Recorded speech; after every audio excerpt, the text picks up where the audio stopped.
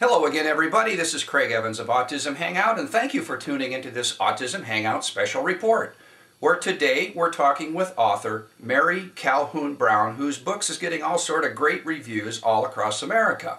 Now, in this book, which is actually it's a charming little book. It's a read about a little girl whose name is Jackson. Jackson is on the spectrum, and she lives the first part of her life with her grandparents, and through some magic, she's incorporated into a picture that shows a couple of other children. And she lives this extraordinary adventure in the role of a neurotypical child. But Mary Calhoun Brown has done this fantastic job of showing you what it's like to be in the mind and the body of a small child on the spectrum. Mary, welcome to Autism Hangout. It's nice to have you here. Thank you, Craig. It's nice to be here. Okay, as an author, now is this your first formal book, or have you written a number of things before this? I've been writing all my life. This is my first book that I've presented for publication. Okay.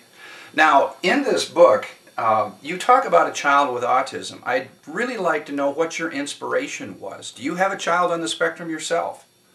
I do. I have a delightful 15-year-old son with Asperger's syndrome. Okay. Gosh, I love to hear those kind of attitudes, because it's clear in your writing that you are positive on some of the aspects of autism that frankly are just charming in themselves. So tell us a little bit, please, about your background. Well, I've, as I mentioned, a writer all of my life, and my son was bullied his first week in middle school, and middle school was problematic for us as a family. So for 7th and 8th grade, I brought him home, and I homeschooled him. Mm-hmm. And I learned a lot about curriculum and what's missing and what needs to happen as far as values curriculum, and allowing teachers to still meet their requirements, but adding something to that. Okay. What are your aspirations for the book? What key messages are you hoping that people pick up when you're reading your book? My goal with the book is to demystify the hidden disabilities. Asperger's syndrome, Tourette's, there's a number of developmental disabilities where kids are picked on. And kids seem to know instinctively not to pick on a kid in a wheelchair and not to pick on a kid who maybe has a burn or something like that. But kids on the spectrum are almost always targeted for bad behavior, and my goal is to just educate the peers and let them see the value of friendship with kids on the autism spectrum. You're a wonderful writer. I just so enjoyed being drawn into your book, but I know that in order to get these messages out, you do more than just write. You also speak. Could you talk a little bit about your speaking opportunities?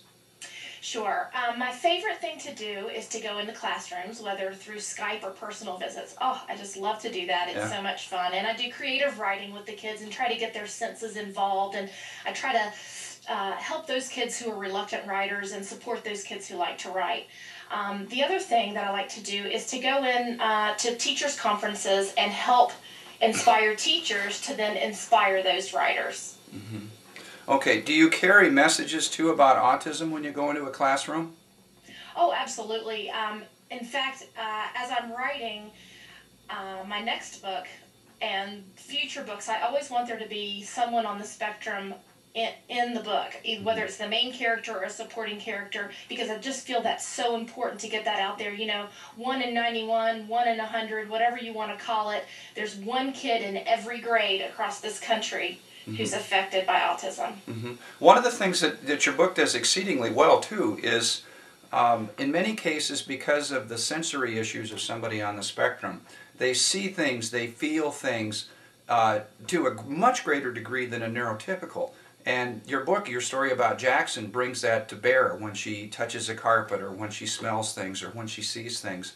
And I just frankly love the fact that you took this perspective of life through the eyes and the mind of somebody on the spectrum. So are there any future adventures in store for Jackson? Are you going to write anything more about her?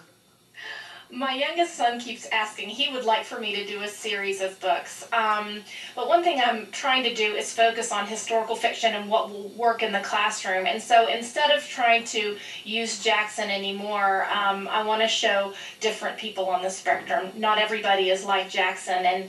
And someone once said, when you met someone with Asperger's syndrome, well, you've met one person with Asperger's syndrome. It doesn't really apply across the board.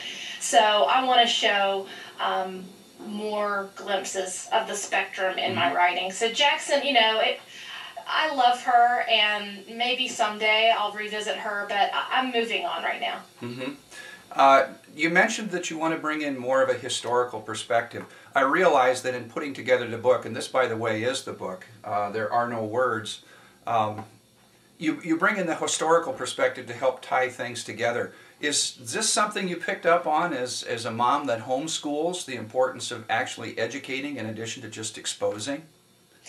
Well, when I was homeschooling, I used a curriculum that it married together the history and the literature. And I thought that was such a fabulous way to teach, because history is so lost on kids if they're just trying to learn the dates and the names and that kind of thing. If you tell it in a story, they're learning the material, but they're also getting a plot, and that makes it a little bit more fun to learn.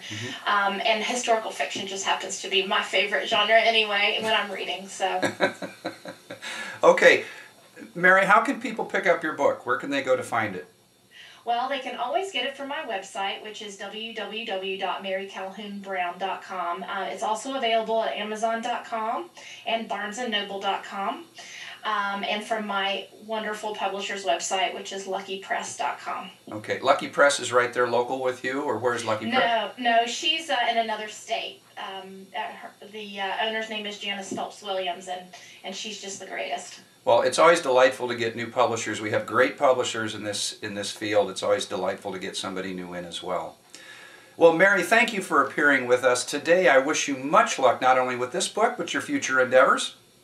Thank you so much, Craig. And I hope at some point in time we get a chance perhaps to talk again. But in the meantime, thank you for your dedication and your donation of this wonderful, enlightening story about Jackson to the autism community. And Autism Hangout, thank you for tuning in. I'll be back again soon with another special report.